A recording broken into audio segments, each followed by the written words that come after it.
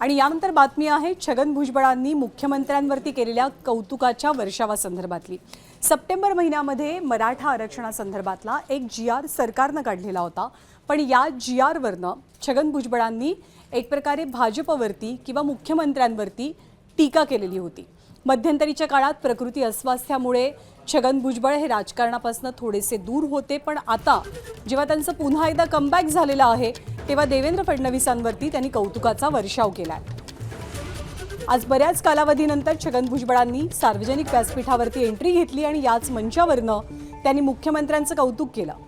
देवा देता है तो छप्पर फाडके या शब्दात त्यांनी मुख्यमंत्र्यांना जो निधी दिलाय त्याचं कौतुक केलं। क्रांतिज्योती सावित्रीबाई फुलेंच्या 195व्या जयंतीनिमित्त साताऱ्यातल्या नायगावमध्ये दरवर्षीप्रमाणे यंदाही कार्यक्रमाचं आयोजन केलं गेलं होतं आणि तिथेच छगन भुजबळ बोलत होते।